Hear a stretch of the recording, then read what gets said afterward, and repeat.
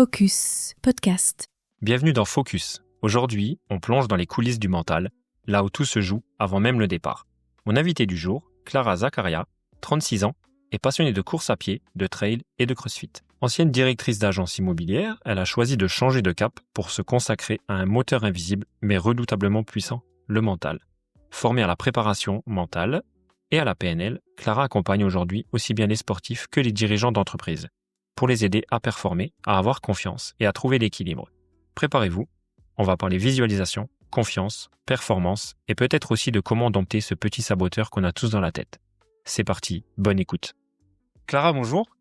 Salut, merci de me recevoir. Avec plaisir. Il manquait le côté un peu prépa mentale, donc du coup, j'ai pensé à toi en tombant sur ton profil Instagram. Merci, ça me fait plaisir d'être avec toi aujourd'hui. Écoute, plaisir partagé. On va commencer tout de suite un petit peu par le vif du sujet. Avant d'accompagner les autres, tu étais directrice d'agence immobilière. Comment passe-t-on des clés d'appartement aux clés du mental? Écoute, pour être honnête, j'ai commencé un début de burn-out. Je fais pas très, on va dire, ça fait un peu comme tout le monde, mais c'est la réalité. Et il y a eu une grosse remise en question. Moi, l'immobilier, c'était mon premier amour, donc j'ai fait mes études dedans, etc. Et à un moment donné où c'était plus aligné avec qui j'avais envie d'être et qui j'étais, surtout. Donc j'ai fait un long bilan de compétences de plus de 6 mois, vraiment hyper introspectif pour me reconnecter à ce qui était important pour moi, ce que j'avais envie de faire, ce que j'avais envie d'apporter, de dégager comme énergie, etc. Et on est ressorti la préparation mentale. Au début, j'avoue que j'étais un peu surprise. Je me suis dit, ok. Une fois que j'ai pu poser les choses sur le papier, c'était devenu presque une évidence qui avait pas été retrouvée. Et donc suite à ça, j'ai pris le temps de mûrir bien le projet, parce que forcément on change pas du jour au lendemain, de me former pour être certifiée. Ça me tenait vraiment à cœur de faire les choses correctement, et ensuite de me lancer. Et du coup, tu as fait où ce test de bilan de compétences? Ouais, les bilans de compétences. Alors, je l'ai fait en ligne, en visio. Donc, j'avais un visio de 1 heure à 1 heure et demie par mois avec une personne que j'avais connue via l'IUT. Elle s'appelle Manon Muller. Voilà, c'est sa spécialité. Elle accompagne dans les bilans de compétences. Et l'idée, c'était vraiment, ce que je disais, c'était quelque chose d'introspectif, d'aller vraiment travailler sur moi, sur mes valeurs, sur ma vision, la vision que j'avais de moi-même, que les autres avaient de moi aussi. Et sur ce qui était vraiment important pour moi, en fait, parce que comme ça, on peut faire un travail qui est aligné avec ce qu'on a envie de faire. Et je pense que c'est finalement la base de tout. Exact. Et du coup, donc, tu as eu ce critère de prépa mentale et tu t'es dit, t'as fait confiance ou tu... Non, j'ai creusé. Ouais, t'as quand même creusé un petit peu. Ouais, j'ai creusé. Alors, j'ai fait confiance, oui, parce que c'était son métier. Et puis parce que finalement, c'est pas elle qui m'a posé ça comme ça. C'est moi aussi qui l'ai posé au fur et à mesure des séances. C'est un des métiers qui est ressorti. Après, j'ai fait une étude, on appelle ça une étude métier, mais j'ai pris contact avec plusieurs préparateurs mentaux pour voir ce que c'était le métier. La réalité aussi, qu'est-ce qu'on fait en séance, puisque... Oui, il faut voir ce qu'on fait sur le terrain, parce que c'est bien beau de mettre un nom sur un métier, mais il faut savoir ce qu'on fait aussi. Exactement, tout à fait. Et donc du coup, ça a été aussi un long travail de back office, on va dire, pour mener le projet à bien. Après, j'ai pris vraiment longtemps pour y réfléchir parce que je voulais pas m'engager à la légère. Mais finalement, moi, j'adore le sport, ça fait partie intégrante de ma vie et c'est ma bouée de sauvetage, j'en ai besoin. Et j'adore aider les autres. Moi, je formais beaucoup mon équipe auparavant. Je savais que je voulais garder ce côté un peu transmission, d'aide, d'accompagnement, mais je savais pas sous quelle forme. Et donc finalement, là, c'est un métier qui est allié tout à la fois. Dans l'immobilier, tu faisais déjà du sport quand t'étais... Je faisais déjà du sport, ouais. Okay. Ah ouais. Tu faisais quoi?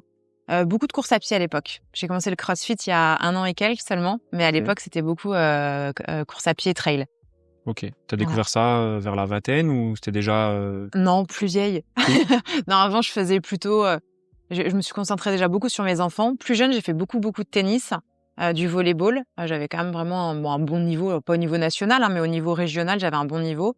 Et après, c'en est venu le moment de se poser avec les études, etc. J'ai fait plus du sport plaisir que compète. J'ai eu mes enfants. Donc pareil, il y a des moments de vie où il faut choisir. On ne peut pas tout faire à la fois. C'est pas faux. Et je suis revenue vraiment plus sérieusement au sport et aux compétitions avec la course à pied en 2019, je dirais 2020. Donc il y a 5-6 ans à peu près. Et le sport a toujours fait partie intégrante de ma vie, mais suivant les années, suivant les périodes, de manière différente. Ok. Et pour toi, c'est quoi exactement la préparation mentale? En quoi c'est différent d'un coach classique ou d'une thérapie?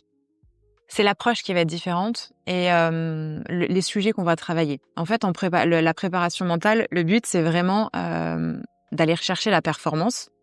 Mais déjà, la définition de la performance n'est pas la même pour chacun. Donc déjà, on va se la définir, chacun va se la définir et on le fait en séance. Et pour aller chercher cette performance, cette progression, on va aller chercher la gestion du stress, des émotions, gérer sa peur de l'échec, gagner en confiance en soi, lever des potentiels blocages, qu'on peut s'être créé soi-même ou que d'autres nous ont créés. Et tout ça avec des outils vraiment concrets qui vont permettre en fait un vrai changement durable. C'est ça. Voilà. Et donc l'approche n'est pas la même.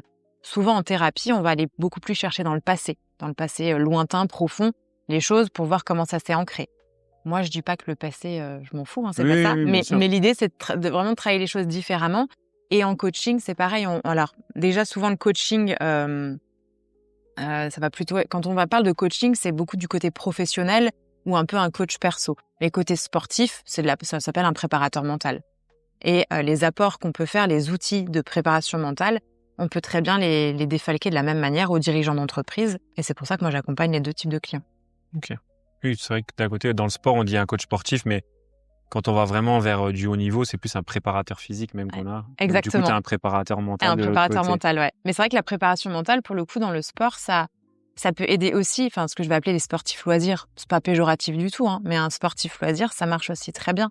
Parce que, justement, à sa hauteur, il va rechercher une performance. Bien sûr. Voilà, c'est pas la même. C'est sûr qu'il va pas rechercher à être médaillé d'or, mais il va chercher à prendre du plaisir et à boucler sa compète, peut-être à améliorer son chrono. Enfin voilà, chacun voit midi à sa porte, entre guillemets. Comment expliques-tu à un sportif ou à un chef d'entreprise vraiment l'importance du mental dans la performance? Souvent, j'ai pas vraiment besoin de l'expliquer. Parce que les gens qui viennent à moi, c'est qu'ils ont compris que c'était important. Donc, je vais plutôt parler si on devait expliquer à quelqu'un qui l'aurait pas compris. Comment on veut performer, comment on veut progresser si, par exemple, notre stress nous empêche de bien dormir, admettons, dans une compète sportive. On dort pas pendant une semaine avant. Le matin même, on arrive à peine à prendre son petit-déj tellement on a mal au ventre. Et 5 minutes avant, on est à 2 doigts de courir aux toilettes tellement on n'est pas bien. Ça marche pour un dirigeant d'entreprise aussi, c'est même idée. Sûr, après une grosse réunion, un gros contrat signé. Exactement. Ou si, par exemple, tu manques tellement de confiance en toi que en fait, tu passes ton temps à dire « de toute façon, j'ai jamais la boucler cette compète, ça va pas le faire ». En fait, on est en train de se mettre soi-même des obstacles qui fait qu'on peut pas performer. Donc, c'est un peu comme, pour moi, aller à une... je sais pas, demain, tu cours 3-4 kilomètres de temps en temps et tu te dis « Allez, la semaine prochaine, je fais un semi-marathon ». J'espère que ça viendrait pas à l'esprit de grand monde de le faire. Ouais, c'est pas cohérent, quoi. Alors, on va se préparer physiquement. Et faut comprendre que la préparation mentale, elle fait partie intégrante du deal, en fait. Quelle question tu poses toujours à tes clients au tout premier rendez-vous? J'en pose plein. Alors, en fait, j'ai décidé, moi, de fonctionner d'une manière un peu différente que certains. C'est que j'offre un rendez-vous découvert de 30 minutes. L'idée, si tu veux, c'est de déjà parler des besoins et attentes du client. C'est la première question que je leur demande.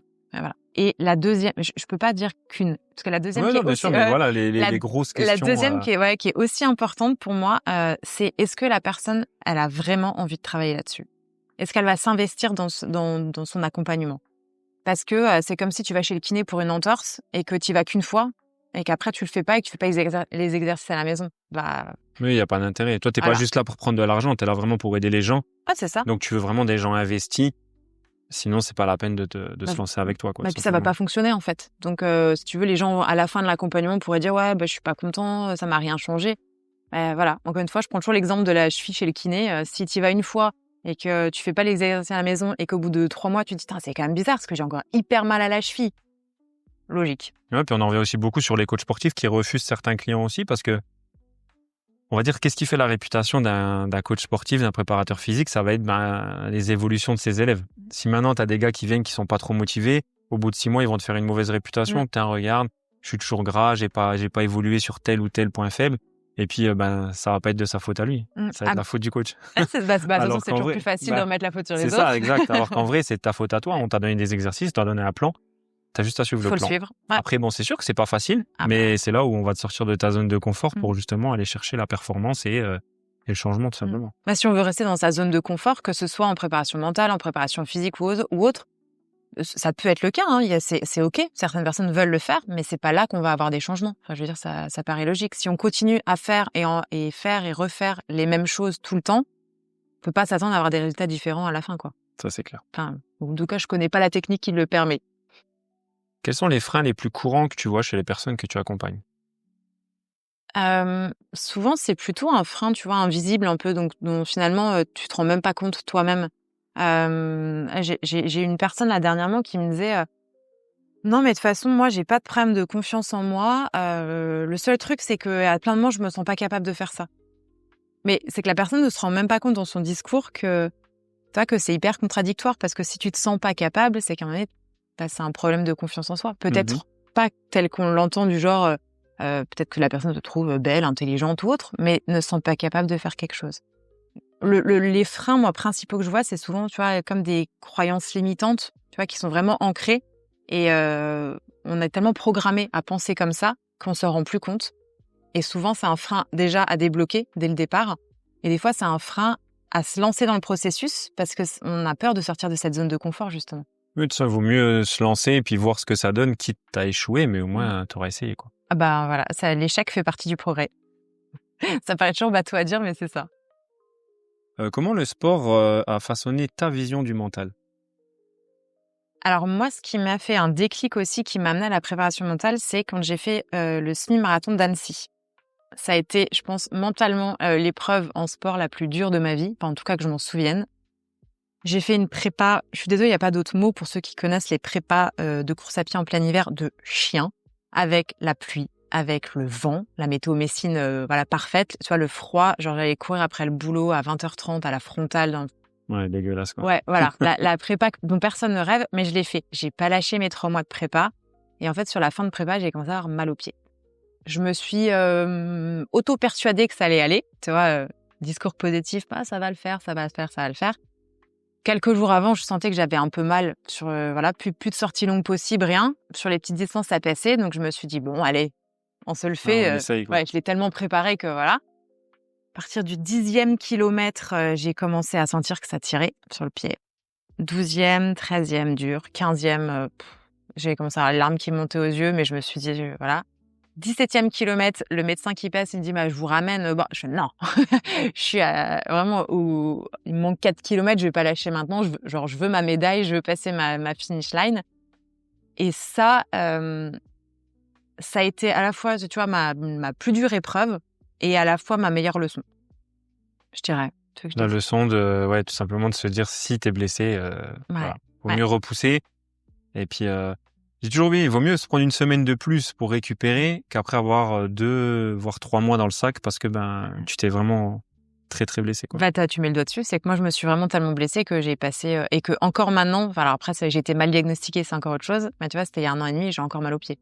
Je peux toujours pas refaire de volume. J'ai été mal diagnostiquée après, mais ça a pas aidé non plus parce qu'en fait j'ai continué, j'étais blessée, j'ai continué la fin de ma prépa en minimisant ma douleur parce que le cerveau il est quand même super fort hein, quand il veut. Ouais, bien sûr. Ouais, bon. Autant il est capable d'amplifier plein de choses, mais il est capable aussi de se persuader de plein de choses. Et voilà. Et du coup là, tu vois, l'alarme de mon corps, je l'ai pas écoutée. Et j'ai voulu justement, tu vois, faire genre ouais, mais le mental il reprend le dessus, etc. Mais il y a un moment donné où il faut pas confondre avoir du mental et avoir trop d'ego. Et enfin. Oui, là, c'était sûrement, oui, voilà, comme tu voulais passer la finish line, tu t'étais préparé. Tu voulais pas avoir fait ça pour rien, entre guillemets, quoi. Je me suis dit, je me suis pas pris ces 3 mois de prépa, plus, été jusqu'à Annecy. Enfin, tu vois, t'as quand même toute la logistique qui va bien avec. Oui, t'as les frais qui vont derrière. Voilà, t'as tout ce que t'as prévu. Enfin, j'avais pas bu d'alcool pendant 1 mois. Enfin, j'étais prête, quoi. Sauf voilà, donc là. Est-ce que toi, t'as un petit mot d'ancrage, justement, au moment où ça commence à être dur? Je te demande ça parce qu'en fait, j'ai reçu Mathieu Gandolfi, qui est champion France, Europe et qui est passé champion du monde, là, très dernièrement. Et lui, il m'expliquait qu'il avait un mot d'ancrage quand ça commençait à devenir dur. Par le plus grand des hasards, c'était focus. Ouais, ok. Ah, waouh. Donc, tu vois, franchement, il m'a dit... Bel hasard pour toi. C'est ça, il m'a dit, quand tu m'as contacté, c'était vraiment... Ça faisait sens, quoi. Et au fait, donc, il se dit ce petit mot-là, il se dit, bon, allez, focus, puis il se met dans sa petite bulle. Il repense vraiment à des moments, notamment à une course qu'il a pu avoir où quand il est arrivé, ses enfants étaient là. Et il dit, en fait, il arrive tellement à se mettre dans cette bulle qu'il ressent les odeurs, qu'il ressent le vent encore qui sur son visage, tout ça. Et je trouve que c'est vraiment fort de réussir à se mettre dans des conditions pareilles, quoi. Ouais, l'ancrage, c'est hyper fort comme technique. C'est un des outils de préparation mentale et de PNL d'ailleurs. En gros, tu choisis un stimuli extérieur. Donc souvent, c'est un mot ou un geste. Ça peut être un geste. C'est assez fort aussi avec le geste. Et la personne qui t'accompagne va t'emmener à visualiser un moment à travers tes 5 sens. Vraiment, c'est guidé.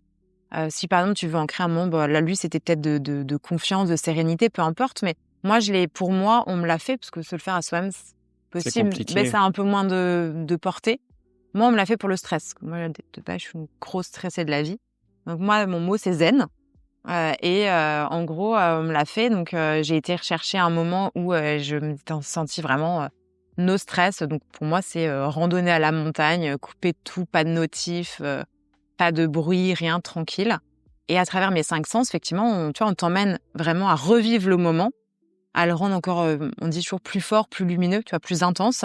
Et au moment où on sent que la personne, elle est vraiment au max de ses sensations, on va lui faire poser son encre, on appelle, hein, donc du coup, son mot, son geste. Et en gros, alors après, il faut le retravailler un peu. C'est pas juste parce qu'on l'a fait une fois que ça fonctionne. Qu'après, c'est comme tout. Voilà. Mais au début, il faut l'ancrer, il faut continuer l'ancrage justement. Et après, ça veut dire que, en gros, demain, tu as un moment où tu es stressé, tu dis ton mot ou tu fais ton geste. Et à ce moment-là, en fait, ton cerveau, il va pas vraiment faire la différence entre la réalité et ce qu'il va percevoir. Et lui, il va se souvenir, en fait, du moment. Que tu lui as ancré. Ouais. C'est un peu basé comme, tu vois, je sais pas si ça te dit quelque chose, le réflexe de Pavlov.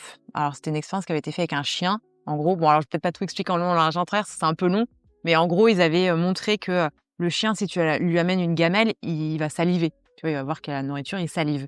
Si après, tu enlèves la gamelle, tu mets juste un son de cloche, il va pas saliver. Enfin, c'est une cloche. Si après, tu mets la gamelle avec le son de cloche, à un moment donné, il va comprendre que quand il y a le son de cloche, il y a la gamelle.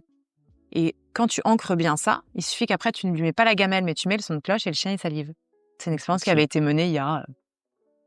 Pas m'aventurer à donner l'année, je la connais pas, mais et c'est hyper puissant et c'est là de voir qu'en fait, on peut conditionner, entre guillemets, des réflexes. Ok. Ouais, le cerveau c'est très complexe. Ah ouais, exactement. Justement, tu parles de PNL. Concrètement, ça veut dire quoi pour quelqu'un qui ne connaît pas? Alors, la PNL, donc c'est la programmation neurolinguistique. Alors, comment expliquer? Alors, en gros, notre cerveau, il est un peu fait on va dire comme un ordinateur. Il a plein de programmes en lui. Et pour que la machine de notre cerveau ne surchauffe pas, c'est plus facile de laisser parler direct les programmations, quoi. Tu vois, les programmes qui sont ancrés dans nos cerveaux. Donc, les programmes, ça peut être, par exemple, des croyances limitantes, des schémas de pensée, des façons d'agir, tu vois, de réagir à telle ou telle situation. Donc, c'est plus facile pour ton cerveau de toujours réagir, de prendre des décisions en fonction de ces programmes qui sont ancrés en toi, qui sont programmés, justement. L'idée de la PNL, c'est d'apprendre à se connaître. Donc, pour nous, quand on accompagne, d'apprendre à la personne à se connaître elle-même et que nous, on apprenne à la comprendre pour pouvoir mieux l'accompagner. Et c'est un peu comme si vous voulez reprogrammer l'ordinateur qui a bugué un peu, en gros. Voilà. Ouais, tu as des automatismes que toi, tu veux essayer de changer, quoi. C'est ça, exactement. Donc, on va essayer de reprogrammer, par exemple, une croyance limitante qu'on pourrait avoir du style moi, je suis pas fait pour gagner de l'argent. Je suis pas assez bien pour être aimée. Ça, c'est typiquement un truc qui est hyper ancré chez beaucoup de personnes. Mais ça peut être plein de choses, hein. Voilà, là, j'ai donné 2 comme ça Ça peut être aussi, ça marche très bien sur les phobies, par exemple. Là, moi, j'ai fait pas ma spécialité en préparatrice mentale, mais j'ai fait celle de ma fille des guêpes cet été. Donc ça a marché nickel. On a pu manger tranquille sur la plage et les pizzas avec les guêpes. Ça peut marcher. Ça marche très bien aussi sur des traumas qui peuvent être forts. Moi, ça, je le pratique pas. Je sais le faire de par ma formation, mais voilà, encore une fois, c'est pas mes clients cibles, on va dire. Mais ça marche très bien pour ça. Et voilà. En fait, l'idée de la PNL, c'est vraiment de partir du principe qu'on a toutes les clés déjà en soi. Il faut juste aller faire sauter les verrous à un moment donné, là où il faut. Et c'est comprendre bien à quel niveau il faut travailler pour que le changement, si tu veux, il soit vraiment fluide, tu vois, et durable aussi. C'est le but. Voilà. Oui, pas que la personne revienne au bout de 2 mois, ça n'a pas fonctionné. Exactement. Et en fait, on va aller plutôt travailler, la personne va travailler plutôt avec la partie inconsciente de son cerveau, tu vois, puisqu'en fait, consciemment, il y a plein de choses qu'on sait, du genre, ah ouais, mais il faut que voilà.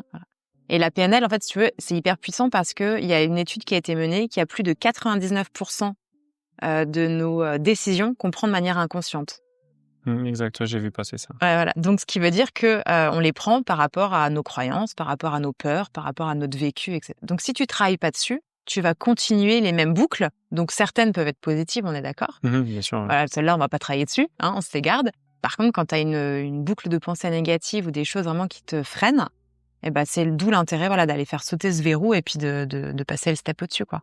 Ok. T'as un exercice un peu concret à nous donner sur lequel tu travailles souvent? Il y en a plein, mais il y en a un que je trouve alors, ils ont tous des portées différentes, mais celui que j'aime bien parce qu'il aide très rapidement, il y en a un, en fait, on appelle ça exercice ou protocole en PNL. Après, le mot, protocole, ça fait toujours un peu peur. Ouais, oui, c'est un peu plus... Voilà, alors, on a l'impression non, on ouvre le cerveau de personne, rassurez-vous, tout se passe bien.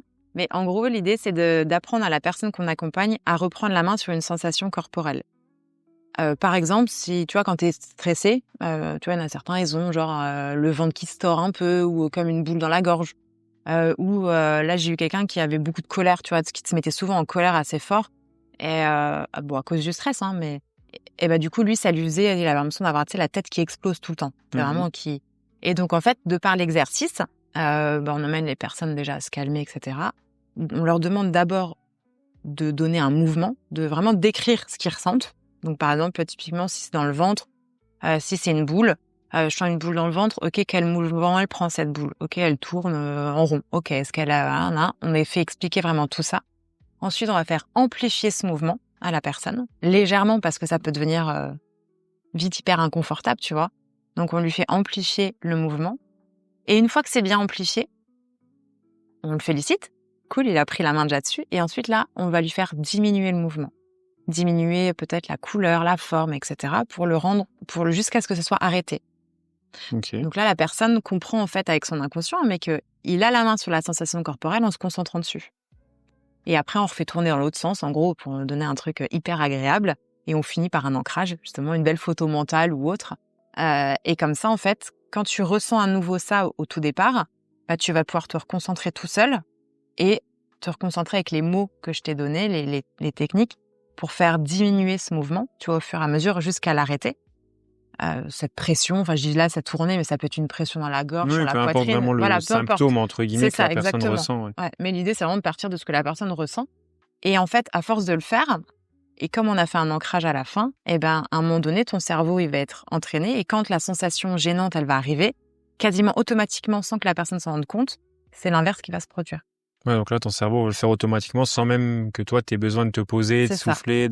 En fait, on essaie de faire un peu, genre, bugger le cerveau, tu vois, à un moment donné. Et moi, j'aime bien dire, tu vois, c'est comme si on dupait son cerveau, en fait. Tu vois, il nous envoie quelque chose et nous, on veut lui envoyer l'inverse. Donc, tu vois, on trouve comment ancrer le truc autrement.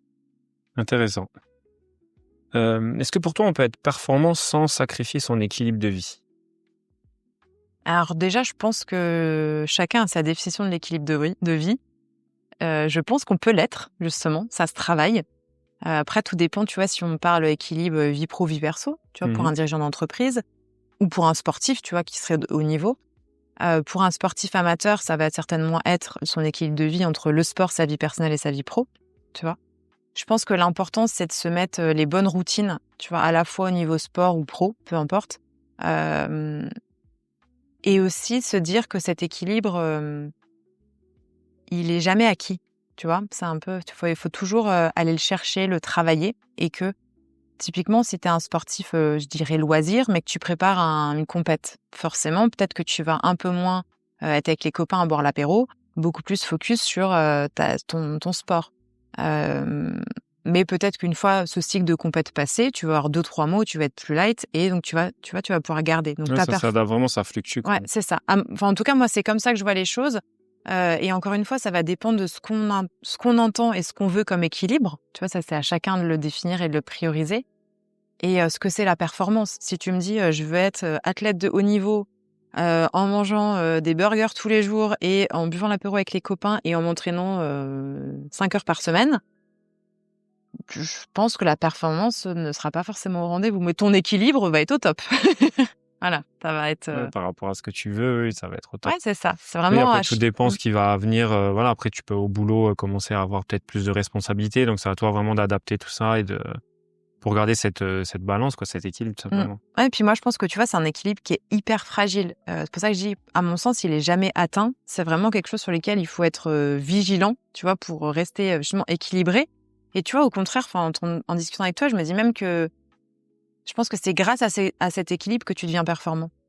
Parce que si tu es complètement déséquilibré dans ta vie, je parle entre les différents piliers, tu vois, à un moment donné, psychologiquement, tu vois, ça va flancher. Ouais, ça va te Même créer une si instabilité. tu essaies d'être fort au niveau sport, mais qu'à la maison, ça va pas, au niveau boulot, ça va pas. Ouais.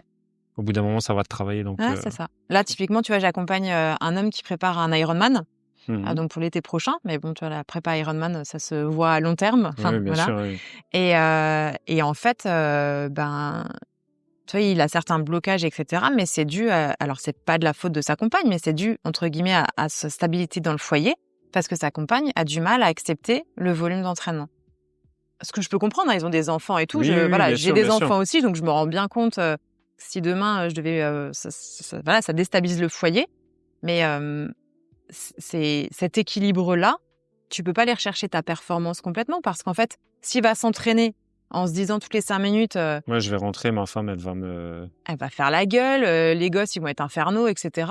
Bon, bien sûr que ton entraînement, il soit des plus efficaces. Ouais, au début, ça va aller. Et puis, au bout d'un moment, tu vas te dire, bon, c'est pas la peine, je lâche. Et puis, tant pis.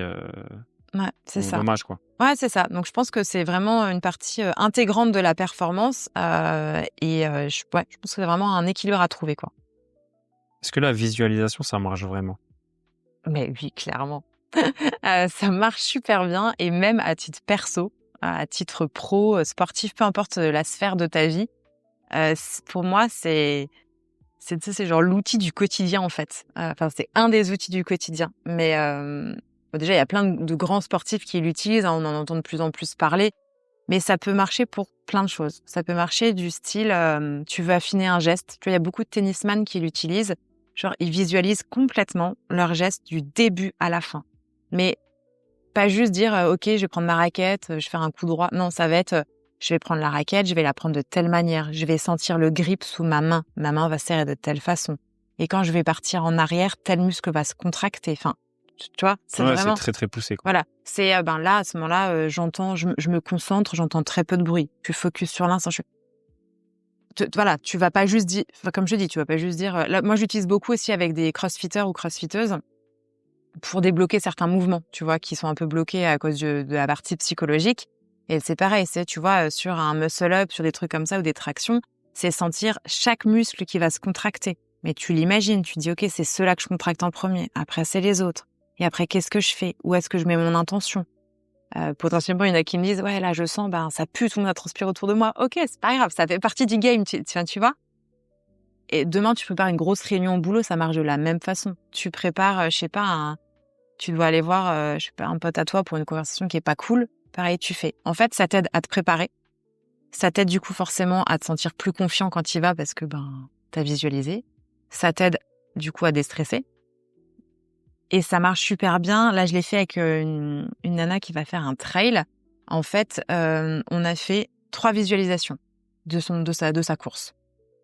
La visualisation de tout se passe bien dans le meilleur des mondes, c'est le monde des bisounours. Je vais te le dire justement, si ça va pas. Voilà, il fait beau, tout est cool, c'est génial, je kiffe, j'ai pas mal, je suis pas déshydratée, c'est OK.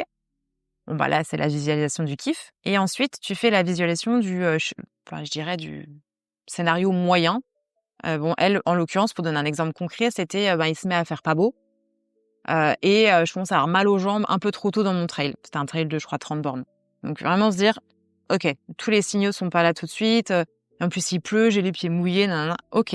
Tout ça, c'est ce qui peut se passer. Et tu peux pas contrôler, par exemple, la météo. Non, typiquement, on n'est pas Dieu le Père, voilà, on va pas la contrôler. Donc, OK, comment tu fais?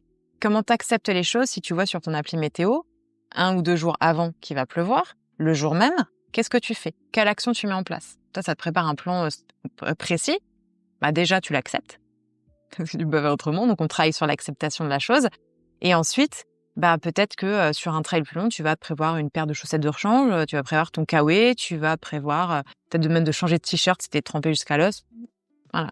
tu prévois peut-être une autre paire de chaussures encore qui va encore mieux tenir sur la boue. Enfin, voilà. Ouais, parce qu'il pourrait te rendre le moment, repartir sur le moment plus agréable, quoi. C'est ça, exactement. En tout cas, mettre toutes les chances de ton côté pour balayer le stress, tous les problèmes que tu peux avoir et que tu as pu anticiper. Toujours des choses qui vont t'arriver, tu pourras pas les prévoir. Et ensuite, tu fais la visualisation du scénario genre catastrophe, du genre j'ai des crampes partout, il pleut à torrent, il y a du vent, je suis arrivée à moitié à la bourre sur la ligne de départ et j'ai mal digéré mon petit-déj. J'exagère, hein, mais Ouais, mais bon, voilà. ça peut arriver aussi. Tout peut arriver. Alors là, Bien effectivement, c'est plus compliqué. On a beau être super préparé, c'est plus compliqué. Et là, pareil, on va chercher ce qu'on peut contrôler, ce qu'on peut pas contrôler. Là, elle m'a dit, ouais, j'ai peur de mal digérer mon petit déjeuner. Ok, qu'est-ce que tu digères bien au petit déjeuner? C'est ça. Ok, et combien de temps à l'avance faut que tu le prennes? Tu le sais? Oui, on se le note. Ok. Et en fait, de toutes tes craintes, de tout ce qui peut arriver, t'en tires un plan d'action. T'es préparé, t'es moins stressé. Ouais, tu peux préparer ça en amont. Tu peux commencer sur, je sais pas moi, si c'est dans 8 semaines. Pendant une semaine, tu vas manger tel petit déjeuner à telle heure, voire avant ta séance de sport. Et ouais, ça se prépare. C'est comme tout. Ouais. Tout se prépare en fait, et du coup, ça fait partie intégrante de ta prépa en fait physique aussi, parce que tester même son alimentation, tu vois. Mais que ce soit, là, je parlais course à pied parce que j'accompagne pas mal moi de course à pied, trail et CrossFit, mais ça marche dans tous les sports. Demain, tu fais du tennis, t'as mangé burger, pizza les jours qui précèdent. Si t'as un gros match de tennis, que la veille, tu t'es envoyé 3 bières, je suis pas sûre que tu sois au top le lendemain matin. Sûr, ça peut être compliqué. Ouais, il faut vraiment tester des petits combos pour voir ce qui fonctionne sur toi. C'est ça. Parce que ça peut fonctionner sur le copain, mais toi, t'es totalement différent, quoi. Ah, mais t'as raison. Et en prépa mentale, tu vois, c'est la même chose. C'est-à-dire que, par exemple, si toi, demain, je t'accompagne et que je te propose certains outils, ils vont peut-être hyper bien coller pour toi. Et peut-être pour ton pote, il va se dire, moi, celui-là, ça me parle pas. Et c'est pour ça que, si tu veux, les accompagnements, ils sont toujours sur mesure. Et que on vous demande en interséance, moi, je demande toujours aux personnes de tester les choses plusieurs fois, pas qu'une fois. Parce que si t'essayes un truc une fois et tu te dis j'y arrive pas, oui, c'est pas la peine. Mets-toi à une barre, fais une fois une traction. Si t'en as jamais fait, peu de chance que tu la passes du premier coup aussi. Là, c'est pareil, c'est s'entraîner. Et en fait, c'est du coup créer ta routine mentale, comme ta routine de prépa physique. Tu crées ta routine de prépa mentale pour que tu sois au max de ta préparation justement au niveau mental quant à ta compétition.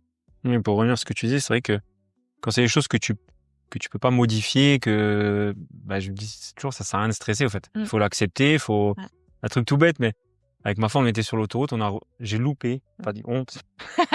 Attention, si elle écoute, attention. ne change pas l'histoire. J'ai loupé la sortie de l'autoroute et on est reparti pour 36 minutes d'autoroute. Ah ouais. Plus de sortie, plus rien, on était obligé de continuer, de faire un détour de fond. Et elle a râlé dans la voiture, mais comme pas possible. Et j'ai dit de toute façon, qu'est-ce que tu veux faire? Je peux pas m'arrêter sur l'autoroute, faire demi-tour. J'ai dit, maintenant, on accepte, on fait nos 36 minutes. Oui, j'ai faim, oui, j'ai soif. Oui. Moi aussi, mais voilà, on peut plus.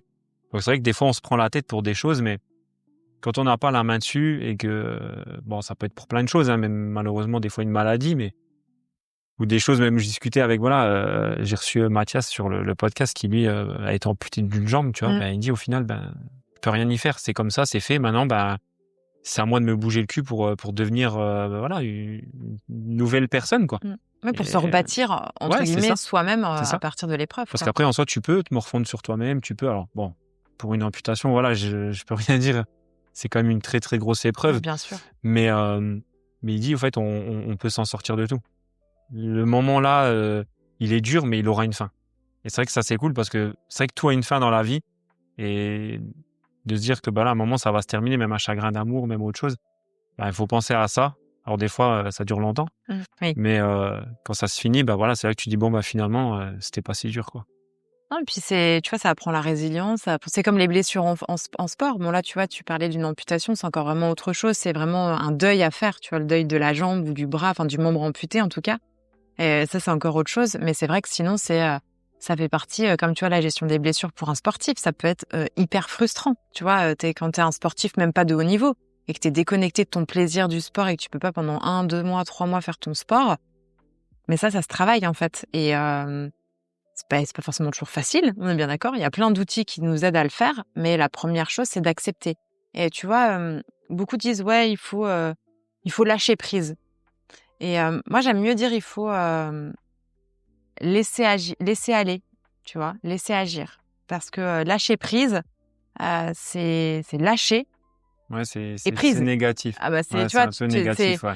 Pour le cerveau, lâcher quelque chose, c'est pas très positif, quoi. C'est que tu lâches, t'abandonnes. Alors, in fine, oui, c'est ça. Mais la réalité, c'est que si tu dis c'est du laisser aller, c'est beaucoup plus doux. Ça veut dire la même chose en fait. Hein. Ouais, mais c'est tous des petits mots qui vont vers la pensée positive, on va dire, c'est ça. et qui t'aident à avancer, à laisser aller comme tu dis. Oui, c'est ça, laisser aller. Et puis en plus, pour le coup, c'est vraiment une des clés de la préparation mentale, c'est d'améliorer, tu vois, ton dialogue interne, ton discours, de ce que tu te dis à toi-même, de toi-même, des situations, des autres, de tout ça, tu vois.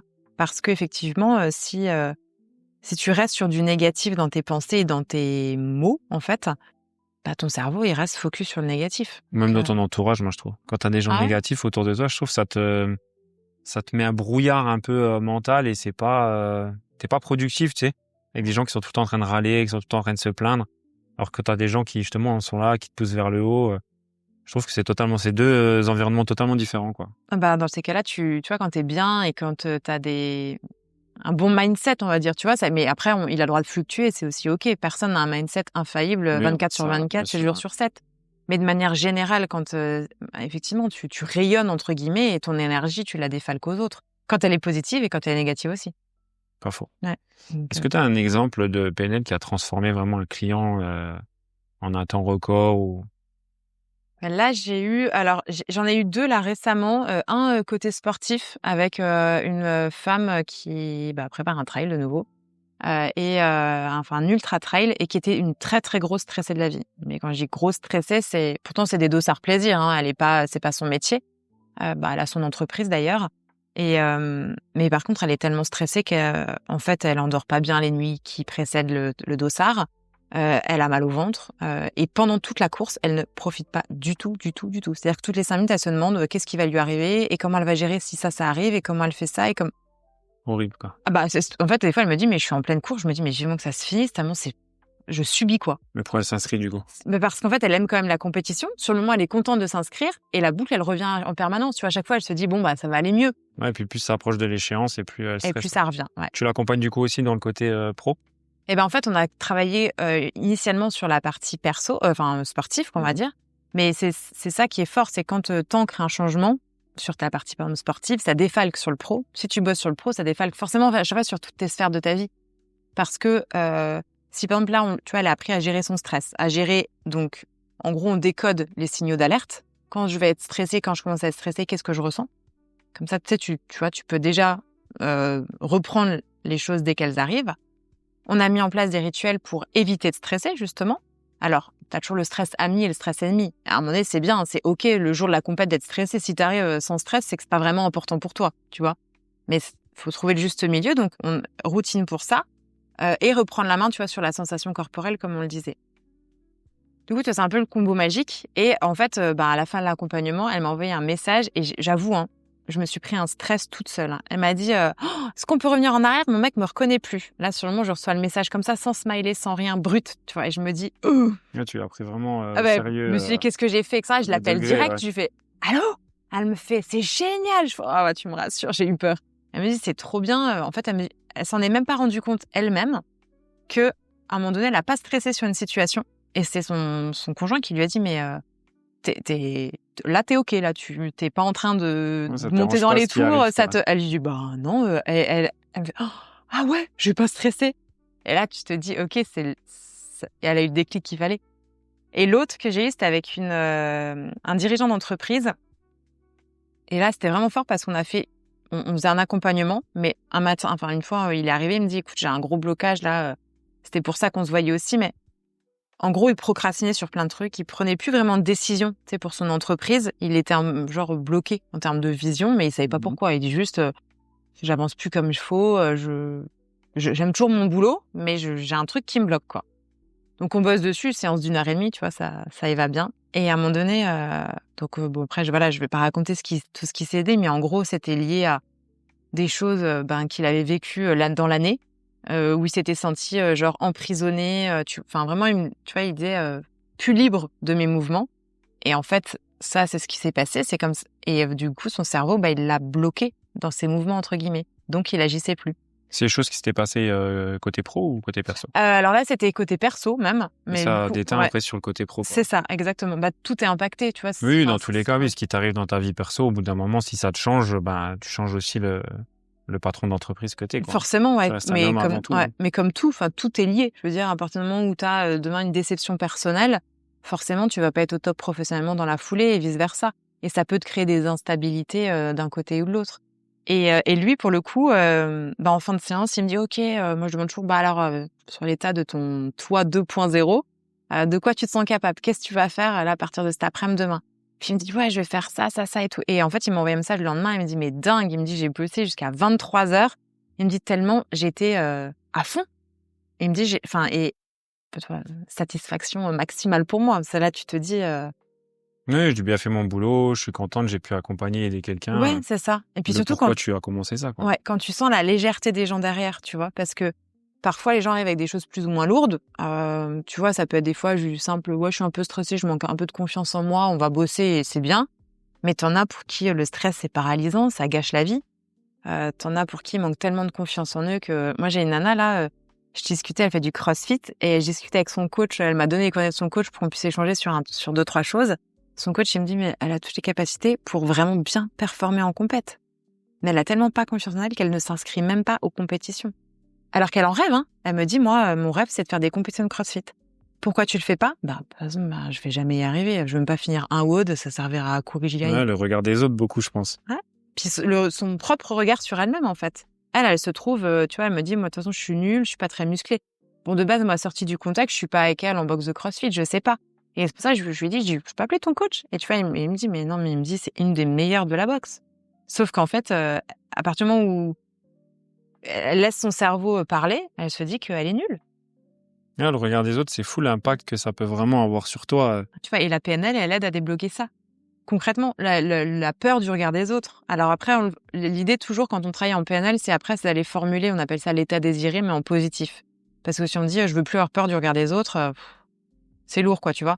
Mais c'est je me sens libre, libre d'être moi-même, peut-être. Tu vois, ça peut être libre du regard des autres. Ça peut être je me sens sûre de moi, parce que c'est aussi ça. C'est si on est sûr de soi, parfois le regard des autres a un peu moins d'importance. Et c'est vraiment formuler un état positif et on va aller chercher à travers. En fait, si tu veux, en PNL, on est en état de conscience modifié, donc c'est pas aussi profond souvent que de l'hypnose. C'est-à-dire que tu te souviens bien de tout ce qu'on dit, etc. Mais vraiment, on va chercher à laisser parler l'inconscient. Tu vois, on aide à travers la détente au départ. Et la respiration, un peu à débrancher la partie consciente de ton cerveau, parce que c'est elle qui va faire les blocages, sinon, toi qui va te dire mais non, mais non, mais non. Et là, on te fait visualiser. Alors, suivant les exercices, c'est pas toujours la même chose. Mais tu vois, avant de venir, là, j'étais en séance avec quelqu'un et grosse, très stressée de la vie. Alors, elle est cadre dans une entreprise, cadre dans la finance. Et l'idée, c'est quoi? C'est de se dire que du coup, son stress, ça la renferme, ça l'empêche d'avancer sur plein de choses. Elle se sent du coup plus triste, plus voilà. Donc on a formulé du positif, du négatif, etc. Et je fais visualiser les deux. En fait, qu'est-ce que c'est cette personne qu'elle veut être, comment elle veut être. Donc on décrit, etc. On accentue, et comment c'est cette personne comme elle est actuellement, on redécrit, et après on fait, c'est un switch, on fait switcher les images, etc. entre elles, pour qu'elle comprenne que cette personne qu'elle recherche, elle est là en elle. Sauf que elle est cachée sous différents, toi je te parlais de programmes, par exemple, elle est cachée sous des petites couches de croyances, de pensées, peut-être de traumas vécus ou de choses qu'on t'a dit quand t'étais petit, peut-être de plein de choses. Et il faut simplement un peu enlever les couches, faire sauter les verrous et puis remettre les choses au bon endroit, quoi. Et pour toi, quel est l'exercice mental vraiment le plus sous-coté? Alors je sais pas si c'est le plus, je dirais la cohérence cardiaque, parce que c'est celui presque qu'on connaît peut-être le plus, entre guillemets, parce que là, même Léon Marchand, par exemple, la pratique, donc forcément, ça a remis le coup de projecteur dessus. Mais je pense qu'on nous explique pas assez les bénéfices. Donc, en gros, la cohérence cardiaque, c'est un exercice de respiration. Le but, si tu veux, c'est que... Alors, je ne vais pas rentrer dans des explications trop compliquées, mais en gros, notre corps, enfin, tout est piloté par le système nerveux autonome. Et il a 2 modes. Le mode sympathique, donc ça, c'est qui agit comme un accélérateur, tu vois, le cœur qui s'accélère, les muscles qui se tendent. En gros, c'est ton programme survie, tu vois. Alerte, il se passe un danger, quoi, tu vois. Parfois, le danger, c'est juste un effort intense de sport, mais le cerveau, pour lui, c'est aller une alerte, quoi, tu vois, ou ça peut être un gros stress, par exemple. Et t'as le mode, donc ça c'est sympathique, et t'as le mode parasympathique qui à l'inverse agit comme un frein, c'est les moments de repos, c'est les moments plus calmes. L'idée en fait quand c'est plus ton mode sympathique, donc tu vois gros stress ou autre qui est activé, c'est d'aller stimuler ton nerf vague, voilà, et pour le faire, pour du coup rétablir l'équilibre entre ces deux modes, tu stimules le nerf vague et donc la cohérence cardiaque, c'est un super moyen. Tu fais ça, il faut faire ça, c'est un exercice qui dure 5 minutes. Tu fais 6 respirations par minute, donc inspiration, expiration, 6 cycles comme ça, pendant 5 minutes. Alors, il y a plein de vidéos guidées, toi, sur YouTube ou autre pour le faire. Moi, j'en ai fait une pour les personnes que j'accompagne, qui font du lac d'Annecy, comme j'aime bien et tout, tu vois. Mais l'idée, c'est vraiment ça. Et si tu fais, ce qui est préconisé, c'est de le faire 3 fois par jour. Ok. 3 fois par jour, 5 minutes, donc ça te prend 15 minutes. Il a été prouvé, par des études, que 5 minutes de cohérence cardiaque, ça t'apporte 4 heures de bénéfices. En termes de gestion du stress, apaisement du stress, en termes même de gestion des émotions, de manière générale, en termes de concentration. D'ailleurs, t'es beaucoup plus focus. Donc, voilà, tu vois, c'est 3 fois par jour, 5 minutes, donc 15 minutes en tout et pour tout. Et en fait, t'es couvert, entre guillemets, sur toute la journée. Et c'est pour ça que je trouve que c'est sous-coté, parce que souvent, on te dit ouais, faites de la cohérence cardiaque, vous allez être déstressé. Ouais, mais pas que. Oui, c'est pas que ça, oui. Ouais, et ça a un vrai impact et c'est prouvé, tu vois, c'est prouvé scientifiquement. On est vraiment sur des... Ouais, j'en avais déjà entendu parler, oui, puis comme tu dis, Léon Marchand a remis ça un peu sur le devant de la scène. Mais je trouve ça super parce qu'il y a de plus en plus de sportifs de haut niveau qui parlent de ce qu'ils font en préparation mentale. Et aussi, tu vois, ça ouvre un peu le dialogue, parce que si toi, tu te dis, tu vois un Léon Marchand, par exemple, qui performe au niveau mondial, et que en fait on te dit pas que c'est aussi quelqu'un de stressé ou autre, tu peux te dire mais moi je suis qui? Pourquoi moi je suis stressée d'aller faire une petite compétition? Pourquoi je suis stressée d'aller voir un gros client? Mais c'est vrai qu'on voit pas trop leur quotidien, c'est pas caché, mais c'est pas médiatisé, on va dire. Et c'est vrai que j'avais regardé aussi c'était sur M6, je crois.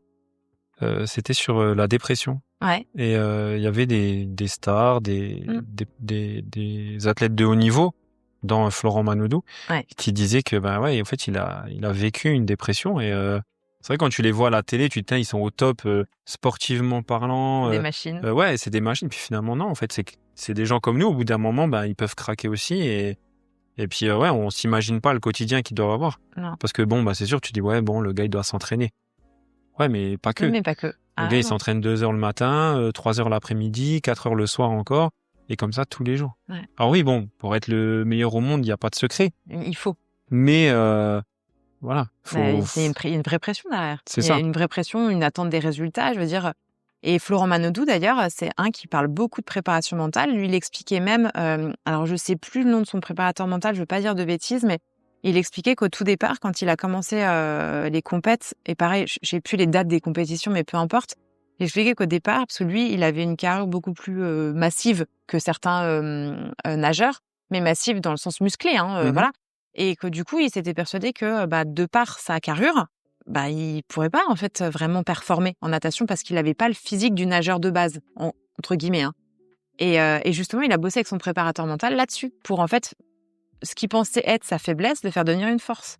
Genre, justement, quand les autres vont un peu plus lâcher, toi, t'es une machine en muscu, entre guillemets, ça va être ta force, tu vois. Et lui, il en parle beaucoup. Et les tennisman aussi en parlent de plus en plus. Alors, même s'ils mettent pas toujours le mot préparation mentale, mais ils parlent d'exercices, tu vois, qu'ils mettent. Je crois que c'est Djoko, mais je veux pas dire de bêtises. Mais il y en a un, je pense que c'est Djokovic, qui souvent, à des moments du match, il profite des moments où il va aux toilettes pour se reparler face au miroir. Tu vois, genre, il se regarde vraiment droit dans ses propres yeux, tu vois, et il se dit, tu vas tout déchirer, avec ses propres mots, mais il se remotive. J'avais entendu, il se remet la mèche. J'avais entendu un truc aussi comme ça. Mais tout ça, ou comme le tennisman qui suit toujours sa raquette d'une certaine manière, c'est une sorte d'ancrage. Même si c'est pas dit tel quel, c'est le truc qui va le rassurer, ou le calmer, ou le remettre focus, dédicace au nom du podcast, au moment où il en a besoin. Donc la lumière se fait de plus en plus, et comme tu dis, il faut ouvrir la parole sur les choses. Chacun a ses difficultés. On a tous des axes sur lesquels on a envie ou besoin de travailler. Et en fait, une personne qui est 100% consciente, 100% saine, 100% zen, 100%... C'est qu'elle te dit pas la vérité. Oui, ça existe pas. On a beau être confiant et tout, mais voilà. On a toujours des axes. Est-ce que tu as une petite astuce simple pour gérer le stress avant une grosse compétition? Alors, soit tu as eu la chance qu'on t'ait accompagné et tu fais ton geste d'ancrage et ça marche super bien.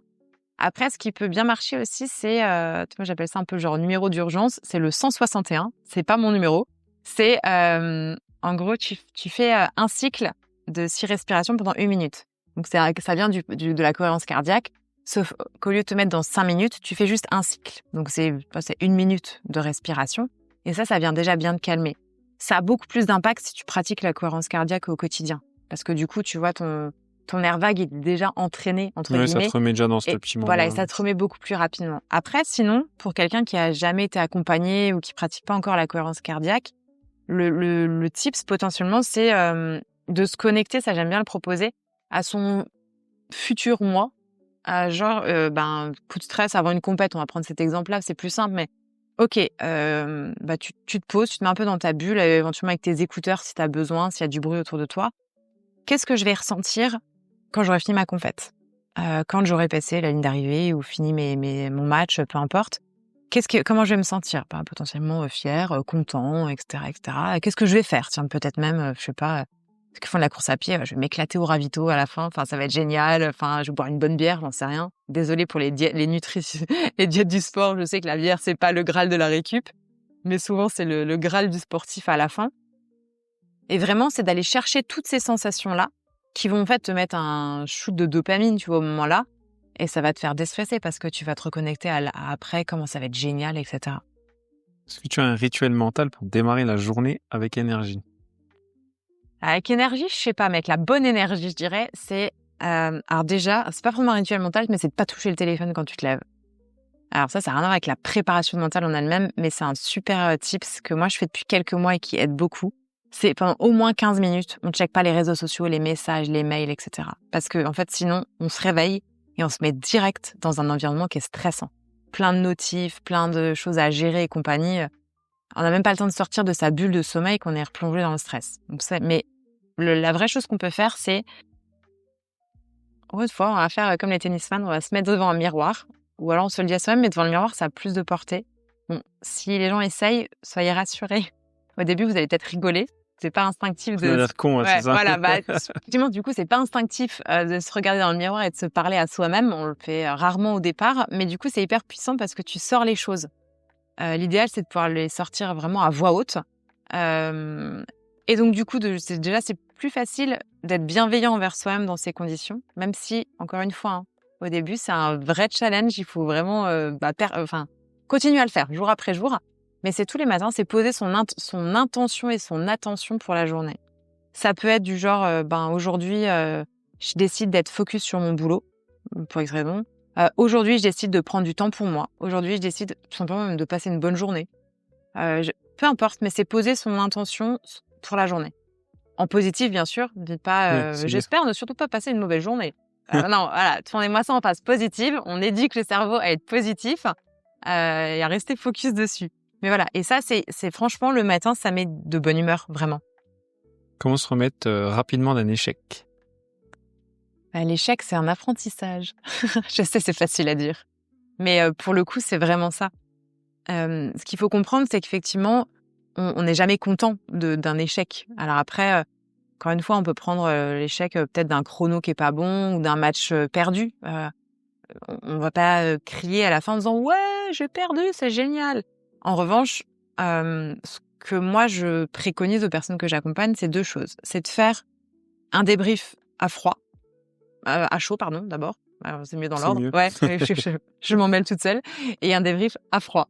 C'est parce que moi, souvent, je fais le à froid avec eux. C'est pour ça que dans ma tête, j'ai le à froid en premier. Donc, à chaud, c'est tout de suite se dire OK, voilà, déjà, ça s'est passé comme ça. C'est comme ça. Déjà, toi, de le poser, ça permet déjà de commencer à accepter le potentiel échec qu'on ressent. Donc, j'invite souvent à le faire à voix haute, ça a plus de puissance, ou alors à l'écrire. Idéalement, les exercices, c'est d'écrire à la main sur une feuille, enfin avec un stylo. Sur l'ordinateur. Pas sur l'ordinateur, pas sur le téléphone. On peut le faire, parce que des fois, c'est plus simple dans les conditions matérielles qu'on a sur nous. Mais pareil, ça a été prouvé que d'écrire à la main quelque chose, ça a plus de portée au niveau du cerveau que si on l'écrit sur un téléphone. Mhm. Enfin, voilà, c'est Oui, tu le retiens plus vite, comme tes leçons Ouais, à c'est l'école, ça. quand tu étais jeune, etc. Exactement. Et donc du coup, tu poses les choses et se dire, ok, donc déjà, ben voilà, il s'est passé ça. Tu le réécris, voilà, tu nommes ton échec entre guillemets, tu mets des mots dessus. Et ensuite, c'est se poser, qu'est-ce que j'en retire? Et ça, on le fait donc à chaud et à froid, parce que la réponse sera pas forcément, peut être la même, mais pas forcément. Qu'est-ce que j'en retire? Qu'est-ce que je veux faire de la même manière la prochaine fois? Du style, je veux garder la même motive, je veux garder pas la même bonne énergie, le sourire, peu importe, la même stratégie. Hein. Qu'est-ce que je vais faire différemment? Donc, typiquement, admettons, on prend l'exemple de quelqu'un qui part sur une compète trop fort. Tu vois, au début, tu te crames un peu physiquement. Bah, ok, la prochaine fois, je vais travailler mon allure cible, je vais travailler autrement. Voilà, ça te fait. Et donc, qu'est-ce que je vais mettre en place pour progresser? Qu'est-ce que je vais mettre dès demain en place pour retravailler ce que je voudrais changer? Mhm. Donc, tu fais ça à chaud. À chaud, bon, souvent, t'es un peu plus pris par les émotions. Donc, tu sais, c'est plutôt du genre, qu'est-ce que je vais garder? Rien, c'était de la merde. Excusez-moi pour le mot, mais il n'y a pas d'autres mots parfois. Et à froid, après, on le retravaille. Et les gens peuvent le faire aussi tout seuls. Et là, ça te met vraiment déjà, tu tires, entre guillemets, j'aime pas le mot leçon, mais tu vois, un apprentissage. C'est plus positif. Mhm. Tu tires un apprentissage de ton échec. Et tu le tournes en positif pour t'aider à t'améliorer pour le futur. Et c'est le meilleur moyen, en fait, de rester, si tu veux, dans ta progression. Parce que si tu restes trop longtemps ancré sur, j'ai raté ma compète, j'ai perdu mon match, ou je me suis blessée. Ok, mais qu'est-ce que tu fais de tout ça? Tu vois, quand tu te blesses, c'est aussi un super exercice pour le mental. Parce que, on disait tout à l'heure, t'es connecté de ton plaisir, tu peux plus faire ton sport, t'es frustré. Ok, je suis blessée, c'est comme ça. De toute façon, encore une fois, personne n'a de machine à remonter le temps et pourra changer l'ordre des choses. Donc, tu sautes sur l'occasion pour en fait justement te dire je suis blessée. Donc, je vais peut-être travailler ma mobilité. Tu vois, moi, je me suis fait mal au dos récemment. Ça m'a permis... j'ai dû arrêter le crossfit pendant 1 semaine.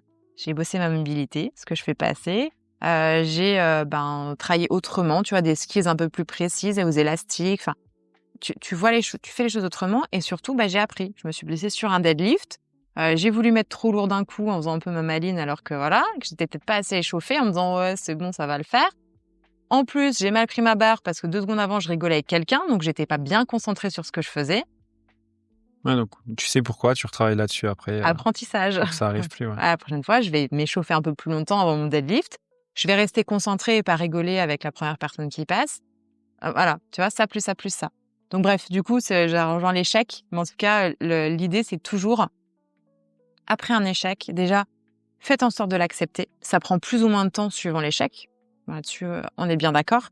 Et surtout, de tirer l'apprentissage. Et ça marche côté pro aussi et perso. Hein.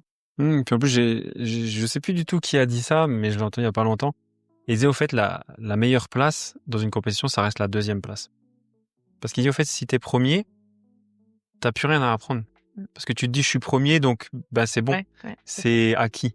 Alors que la 2e place, au fait, tu vas dire, ok, qu'est-ce que je vais pouvoir faire de mieux la prochaine fois? Faut aller chercher. Et finalement, c'est là où t'es toujours dans l'apprentissage, dans les choses comme ça. Parce que quand t'es premier, ouais, après tu te dis, bon, il y a plus rien. Et puis même niveau challenge aussi, il y a plus rien au-dessus. Ouais, T'es premier, donc il y a quoi après? Tu vois, il y a plus rien. Rester premier. Alors, certains s'accrochent à ce challenge-là, tu vois, et justement travaillent avec leur coach sportif ou leur préparateur sportif et avec leurs prépa mentaux, ceux qui en ont. Mais en tout cas, c'est vraiment quelle stratégie je m'en place pour rester premier. Parce que on parlait de l'équilibre tout à l'heure. Là, c'est pareil. En fait, c'est toujours ça reste l'équilibre pour rester premier. Qu'est-ce que je fais? Et il faut aussi comprendre que souvent, tu vois, on se fixe un peu genre des objectifs et qui ne dépendent pas que de nous. Quand tu te fixes un objectif, il faut qu'il dépende que de toi.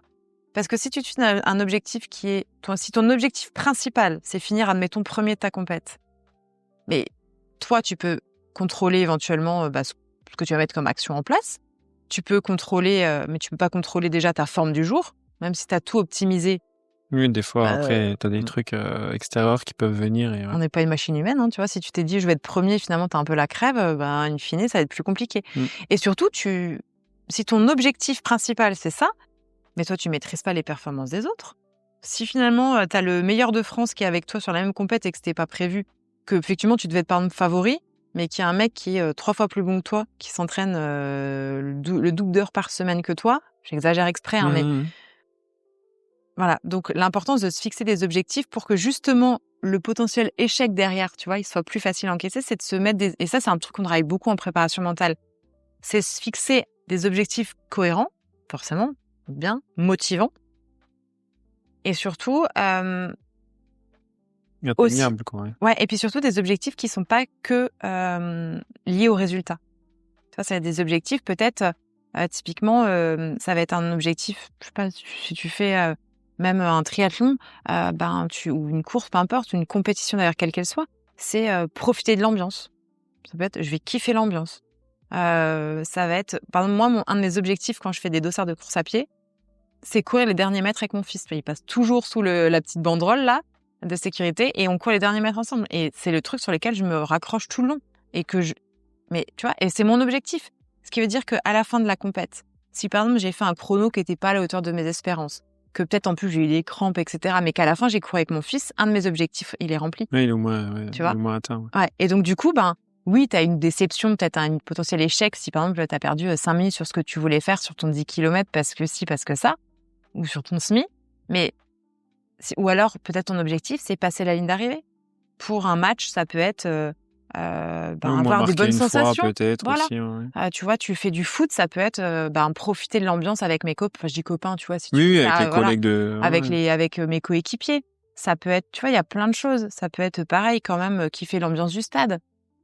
En CrossFit, ça peut être je fais une compète ou même tu vois là j'accompagne quelqu'un qui fait de l'Irox. Au début, c'était moi je veux finir l'Irox de Paris, je veux faire en tant de temps, nanana, etc. Je suis OK, d'accord, mais on fait quoi d'autre? Finalement, donc on a posé, c'est comme ça en duo, en binôme. Qu'est-ce que tu vas kiffer? Tu vas aller chercher le bon moment de partage. Tu vas aller chercher le dépassement de toi. Qu'est-ce que tu veux vraiment?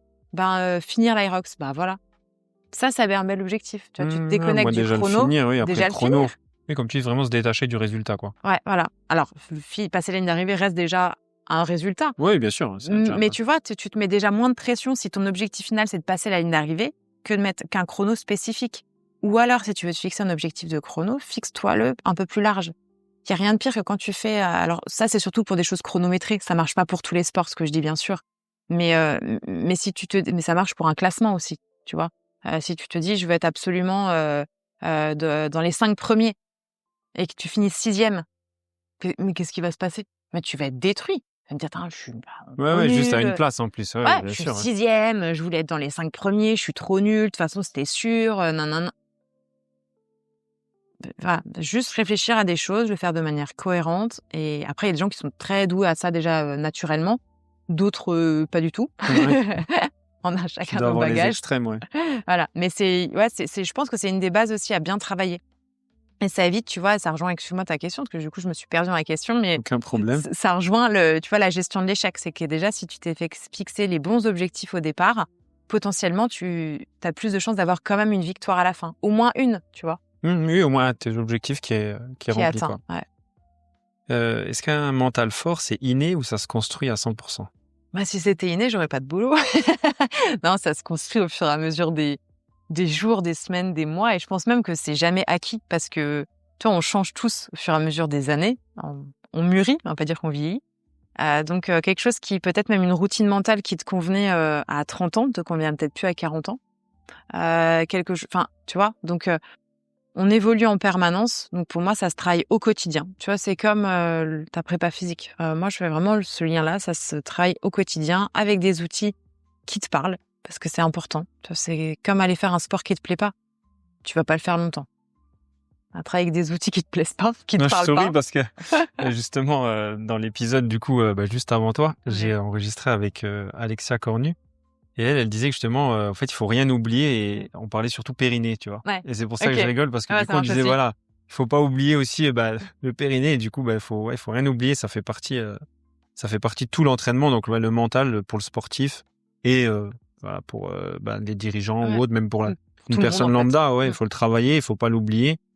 Et voilà. Ouais, mais je pense que c'est vraiment, tu vois, c'est encore un peu quand je dis sous-côté, tu vois. Parce que j'ai encore, l'idée reçue quand j'ai des gens qui me contactent. Ouais, mais pas sportif de haut niveau, mais est-ce que du coup, vous pensez que quand même, Parce J'en que ai besoin, quoi. ouais, j'en ai besoin ou est-ce que ça peut marcher sur moi? On m'a déjà dit, comme je suis pas sportive de haut niveau, est-ce que ça peut marcher sur moi? Ça a rien à voir en fait. Et encore, vous êtes même pas obligé de faire des compètes. Là, typiquement, et c'est l'exemple vraiment hyper fort. Alors, c'est un exemple de CrossFit, mais j'étais dans une box de CrossFit là, le week-end dernier pour faire un workshop et on discutait et tout. Et là, moi, j'ai accompagné une femme qui habite dans le sud-ouest, on peut tout faire à distance. C'est la Bien magie sûr, ouais. de la préparation mentale. Et en fait, elle bloque justement sur le muscle up. Bon, c'est un mouvement de CrossFit. Ceux qui connaissent le CrossFit le verront. Les autres pourront chercher sur Internet. Vous verrez à quel point c'est dur.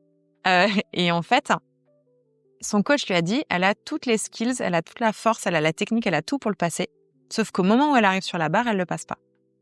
Et son coach lui a dit, c'est un blocage psychologique. Ne cherche même pas plus loin. Il y a un truc qui te freine intérieurement. Mais il lui dit, niveau force, niveau tout est OK pour toi. Et donc, du coup, elle me contacte en me disant, ouais, mais moi, je fais pas les CrossFit Games, je fais jamais de compétition. Alors, les CrossFit Games, c'est le Graal des CrossFitters et c'est au niveau mondial, donc pas beaucoup qui le font. Qui y vont, ouais. Et mais même, elle me dit, je fais même jamais de compétition. Du coup, je me dis, elle m'a dit, j'ai l'air, désolée du mot, elle m'a dit, j'ai l'air un peu conne de vous contacter, je pense, parce que, mais je veux voir si on peut aider. Et en fait, bien sûr qu'on peut aider. C'est pas parce qu'on fait pas de compétition qu'on travaille pas son mental. Parce que elle s'était tellement mis, parce que c'est vrai que le muscle up, c'est le Graal du crossfitter ou la crossfiteuse.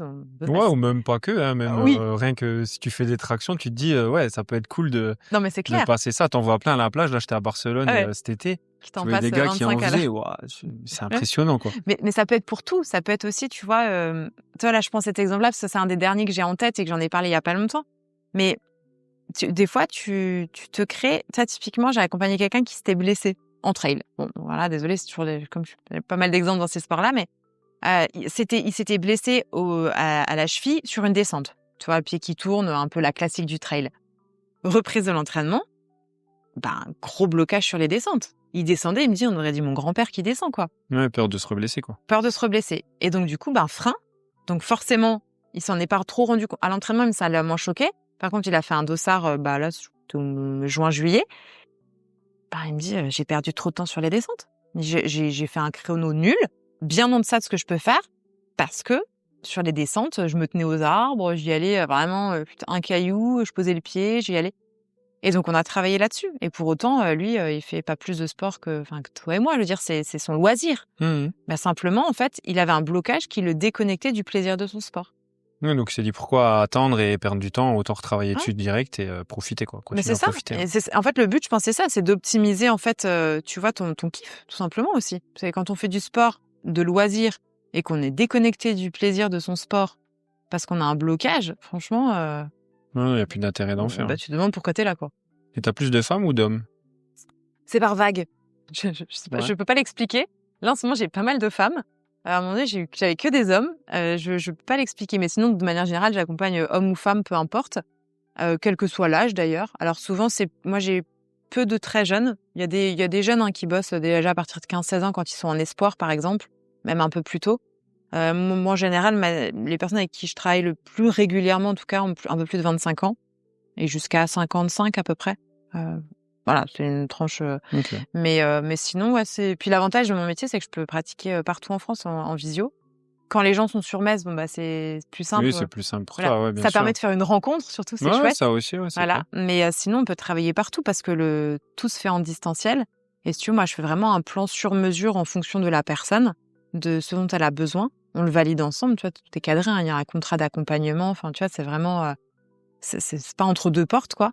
Et l'idée, c'est vraiment de s'adapter et en plus d'adapter encore au fur et à mesure de l'évolution. Si toi, tu fais un accompagnement et ta conjointe, par exemple, même si vous voulez travailler les mêmes choses, vous n'allez pas forcément avancer de la même manière. Puis parfois, tu vois, on creuse et on dit « Ah ouais, ok, il y a ça en plus. » ça dépend des blocages de chaque personne. Voilà.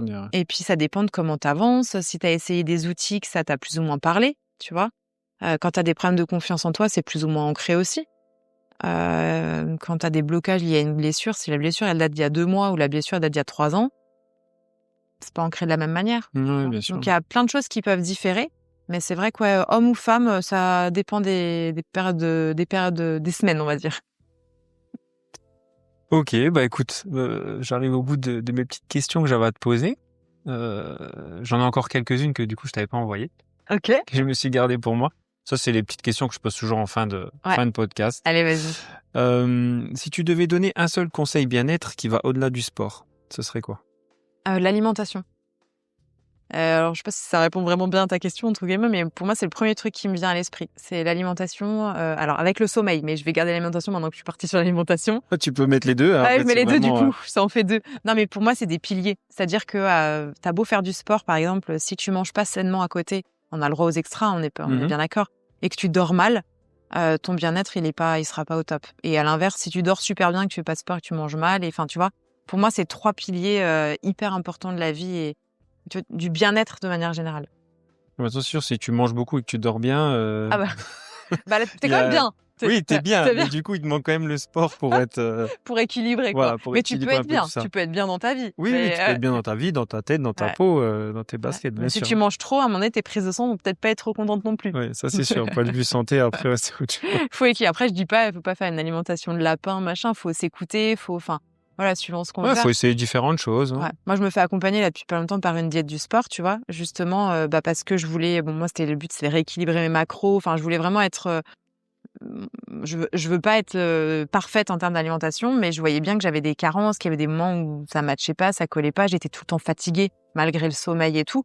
Donc, tu dis, il faut aller chercher sur un autre plan, tu vois, justement. C'est pour ça que je te dis, et en fait, ce dont tu as besoin en plus à 30 ans, à 35, à 40 ans, suivant le sport que tu fais, le travail que tu fais aussi. Quand tu as un travail de bureau ou un travail où tu cours toute la journée à droite à gauche, où tu es sur un chantier, ta dépense calorique, elle est déjà pas la même, quoi. Ah oui, les besoins sont pas du tout les mêmes. Donc, tu vois, je pense que c'est vraiment les 3 piliers. Donc voilà, au lieu de 1, j'ai dit 2, alimentation, sommeil.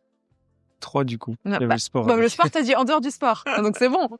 Je l'ai que rappelé. Non, c'est vrai. Est-ce que tu as une citation, une phrase motivante qui t'inspire?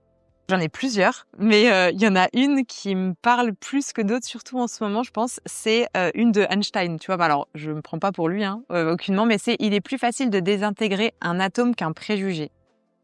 Alors, elle va loin cette citation, je trouve, mais pour moi, elle est hyper puissante parce que depuis que je suis préparatrice mentale, j'ai encore plus conscientisé, si tu veux, qu'on était tous pleins de préjugés, de croyances limitantes ou de préjugés sur nous-mêmes ou sur les autres, sur la vie, tu vois, de manière générale. Et souvent, on n'en est pas vraiment conscient, tu vois. Alors, des fois, on dit oui, je sais que, mais c'est la face émergée de l'iceberg. Et la face cachée, elle est bien plus profonde. Et ça, je trouve ça hyper puissant parce qu'à partir du moment où on conscientise, et en plus, c'est compliqué, tu vois, d'aller, justement avec la PNL, on le fait, mais c'est hyper compliqué d'aller vraiment éclater, tu vois, un préjugé qu'on a, une croyance limitante. Et pour autant, ça nous freine tellement au quotidien. Et pour ça qu'en ce moment, je suis vraiment, tu vois, vraiment raccord avec ça. Et je me dis, c'est mon espèce de petit mantra, tu sais. C'est une belle citation. Plusieurs fois par semaine. C'est vrai en plus. C'est vrai. Voilà, si c'était Einstein qui le dit, forcément vrai. Ouais. non, je plaisante. Mais tu vois, c'est vraiment, je pense, le genre de choses où on est trop souvent sur nos acquis pour ça, en disant, de toute façon, je suis comme ça. De toute façon, oui, ça fait des années que je pense ça. Et donc, on reste là-dedans, tu vois. Et du coup, on n'avance pas. Et je trouve ça dommage. Je pense que entre 20, 30, 40, 50 ans, tu penses pas la même chose. Il y a eu des choses dans ta vie qui sont passées, des événements extérieurs, des nouvelles études, tout ça qui sont sorties. Donc c'est vrai que je pense que tu penses différemment et t'es une personne différente aussi, je pense. Clairement, ouais. Que donnerais-tu comme conseil au toi d'il y a 10 ans? Et confiance en toi. Quand t'étais encore dans l'immobilier. Ouais, et confiance en toi. Mais je pense que je l'aurais donné à la Clara d'il y a 10 ans et la Clara d'il y a 20 ans et que je me le donnerai encore à moi aujourd'hui parce que je pense que la confiance, c'est jamais inné. Enfin, c'est pareil, ça se cultive en fait. Pas vraiment ça se travaille, pour moi, c'est ça se cultive. Et il y a 10 ans, j'étais... Alors quand tu me voyais, je pense que tu disais pas que je manquais de confiance parce que tu vois, toujours en train de rigoler, de parler aux gens, enfin... Toi, sur mon visage, c'était pas forcément écrit, mais c'est des choses qui m'ont beaucoup bloqué, justement, tu vois, avec les croyances. Et je pense que c'est peut-être pour ça que je suis attachée à ça. Je me disais souvent, mais moi, je peux pas faire ça. Ce sont, mais moi, j'ai pas ce qu'il faut pour faire ça. Enfin, je peux pas y arriver. Enfin, bon, après, je t'épargne tous les détails, mais c'était vraiment ça. Et ça a été un long travail que j'ai fait sur moi. Et j'aurais aimé, tu vois, il y a 10 ans, pouvoir me dire, regarde où tu t'en seras dans 10 ans, comme tu seras aligné avec ce que tu fais et que ce sera le kiff, quoi. Et où te vois-tu dans 10 ans? Eh ben, ça, c'est vachement plus difficile à répondre. Franchement, idéalement, alors moi, j'ai vécu à Annecy et Lausanne il y a quelques années. Ok. Et dans 10 ans, je me vois revivre à Annecy ou dans les coins là-bas. Parce que c'est Bon, je te comprends. Tu connais? Ouais, j'ai Ouais. de la famille qui est dans le coin là-haut et Ah, voilà. j'ai été faire, j'y étais encore cet été, j'étais faire des belles randonnées d'ailleurs. Ouais. J'étais faire du canyoning aussi, C'est tellement chouette, juste à ouais. côté du lac d'Annecy. J'ai plus le nom de. Ouais, il y en a plein des spots là-bas. Ouais, il y en a vraiment plein, mais franchement, c'était hyper cool. J'ai fait du parapente, enfin, vraiment, c'est vrai que c'est un peux tout terrain de faire. jeu incroyable, quoi. Ouais. Et puis Ouais. moi, je suis une grande fan de montagne. Été comme hiver, tu vois, c'est mon terrain de jeu préféré. Ski, rando, trail, tout ce que tu veux. Et franchement, vivre là-bas, pour moi, c'est le pied. Et donc, je me vois vivre là-bas, à nouveau, tu vois, vraiment connectée à tout ça. Et toujours préparatrice mentale. Après, voilà, pour ça, je me vois pas... envie de rester comme je suis, tu vois, et à pouvoir accompagner à la fois du loisir et du pro. Parce que je pense que c'est l'équilibre qui fait... on revient à l'équilibre. C'est pas fait exprès, promis. Mais je pense que, tu vois, c'est ça qui fait aussi que tu restes performant dans ton job. C'est que tu es connecté aussi au quotidien, tu vois, des gens qui font ça pour leur loisir, mais à la fois que tu peux aussi parfois t'apprends en fait de l'une ou l'autre des situations. Tu vois, suivant le niveau des personnes, suivant leur expérience et suivant les personnes qu'on rencontre en fait. Hein. Tu sais, c'est hyper source de motive et d'informations. Et donc voilà, donc je me vois garder vraiment cet équilibre, tu vois, entre les sportifs loisirs et les sportifs pro. Et continuer, j'allais dire à profiter de mes enfants. Maintenant, tu vois, dans 10 ans, mon fils, il aura 22 ans, il sera T'enverront plus chier. là, il va m'envoyer bouler. Et là, tu vois, je viens de prendre une claque énorme. Je me dis que un de mes plans pour 10 ans est ruiné. Mais bon, voilà, en tout cas, profiter de la vie, tu vois, garder cet équilibre vie pro, vie perso qui est, je pense, hyper important. Après, tu sais, il y a des tanguys qui existent, hein. À 22 ans, il sera peut-être pas encore parti de chez toi. Je sais pas si du coup je me le souhaite vraiment. J'hésite encore là, à l'instant T, je suis pas sûre de ma réponse. On en reparle dans 10 ans. Ça Faudra dépend quel temps réfléchir. glisser. Est-ce que tu as un projet perso ou pro en cours? Alors pro oui, perso alors pour le moment pas tant. Pas de projet sportif. Là j'ai mis un peu les compètes de côté, les vraies compètes, je dirais de côté pardon, parce que je développe vraiment mon entreprise donc il faut voilà, Ouais. équilibre, faut savoir à des moments mettre de côté certaines choses. Je garde bien sûr 3 à 4 fois par semaine le sport, sinon je finis en prison. Mais voilà. Et du coup, côté pro, je vais sortir un podcast, j'en ai parlé. Il est, à l'heure où on l'enregistre, il est pas sorti, mais à l'heure où ça sera diffusé, il sera sorti. Qui va sortir d'ici peu. Il va s'appeler donc Histoire de mental, histoire au pluriel. L'idée, c'est vraiment de montrer à travers les témoignages des personnes que je vais inviter l'importance du mental, justement, tu vois, que ce soit dans le milieu du sport ou du business. Ok. Et de montrer à quel point aussi une expérience de sportif a pu aider dans le côté pro et vice-versa. Voilà, c'est le but. Et après, alors là, j'ai un gros objectif pour le printemps. Je suis à fond dedans. Je vais réussir, bien sûr, hein, dialogue positif, mais c'est un gros boulot. C'est faire un séminaire retraite pour les dirigeants d'entreprise, mais plutôt premium dans les Vosges, dans un très bel endroit, avec une personne dont je peux pas encore parler parce qu'on est aux prémices du projet, mais voilà, vraiment quelque chose de 2-3 jours, très quali. Et la même chose pour les sportifs, mais beaucoup plus connecté nature ce coup-ci. Peut-être moins luxe, mais plus retourner aux bases. Et là, avec un ou une diète du sport et un coach sportif, par exemple. Et on vient faire vraiment un truc focus préparation compétition. Ok. Voilà. Intéressant. Fort en projet mais j'ai encore plein d'idées en tête, bien entendu. Mais là, c'est les premiers qui vont sortir, ça sera ça. Ouais, les autres découleront derrière, quoi. Ah ouais. Si je m'arrête pas, je dors plus la nuit et je suis à fond. Et la dernière question, est-ce que tu as une recommandation de personne pour un futur podcast? Pas facile ta question. Et je pense à Claude Cazes. Je sais pas si tu connais son histoire. Pas du tout. Ok, ça va être un des premiers épisodes de mon podcast. Et en fait, c'est une personne qui a écrit un livre qui s'appelle Horizon Infini, que je conseille vraiment à tout le monde. Ce livre est génial, il m'a transportée. J'ai connu son existence, entre guillemets, son parcours grâce à ce livre que j'ai découvert dans la librairie à tout hasard, quoi, en flânant. Et en fait, il a couru, entre autres, un marathon par jour pendant 83 jours pour apporter son soutien au peuple turc après le séisme en 2023. Ok. Et déjà, c'est quelqu'un qui est passionné et passionnant. Donc déjà, franchement, il a une histoire géniale à raconter et il a vraiment vécu et c'est fort comme témoignage. Et déjà exploit sportif, bien sûr. Et en fait, il met en place énormément de routines bien-être pour lui, mais bien-être pour son corps, pour son cerveau, pour de tout. Et il est riche d'enseignements, vraiment. Ok, Donc, écoute, je te regarderai conseille ça. de le contacter. Tu peux le contacter de ma part. Je me renseignerai, Ouais. puis je tenterai de le contacter Tu avec peux grand lui plaisir. dire, tu peux le contacter sur Instagram de ma part. C'est vraiment une belle personne et qui a un beau témoignage à faire. Ok, top. On arrive à la fin du podcast. Clara, je te remercie. Merci à toi pour l'invitation. Et puis à bientôt. À bientôt. Merci Clara pour ces conseils précieux et cette belle plongée dans l'univers du mental. On retient que la performance, ce n'est pas seulement transpirer, c'est aussi savoir dompter son esprit. Si vous voulez en savoir plus sur Clara Zaccaria et sa méthode, ou son protocole, vous pouvez la retrouver sur les réseaux sociaux ou directement sur son site clarazaccaria.com. N'oubliez pas, le mental, ça se travaille et ça peut tout changer. À très vite pour un nouvel épisode. D'ici là, on reste focus et on enclenche le changement.